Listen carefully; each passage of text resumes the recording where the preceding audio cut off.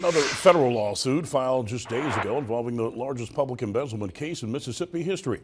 This one from former Governor Phil Bryant against a reporter from a national news outlet.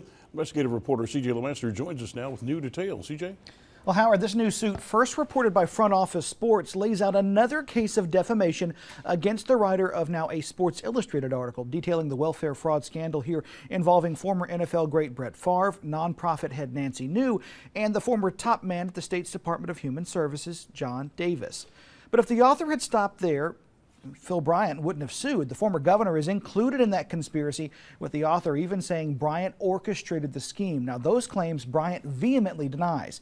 His attorneys maintain Bryant did not instruct anybody to use welfare funds to fund a Southern Miss volleyball stadium, nor invest those funds in a pharmaceutical company, both that had ties to Favre. They also say Bryant did not scheme to do anything illegal or unethical. Now, the federal suit alleges defamation, claiming the statements here are false and libelous.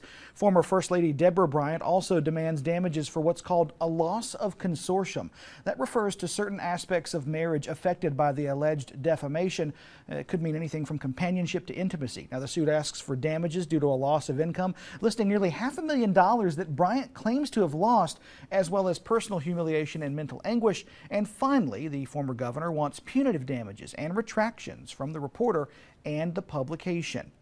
Now, last year, Bryant's attorneys filed a civil action against Mississippi Today and Pulitzer Prize winning reporter Anna Wolf, alleging defamation for their coverage of the welfare scandal and Bryant's alleged involvement there. That case still advancing in Madison County Circuit Court. Courtney Ann?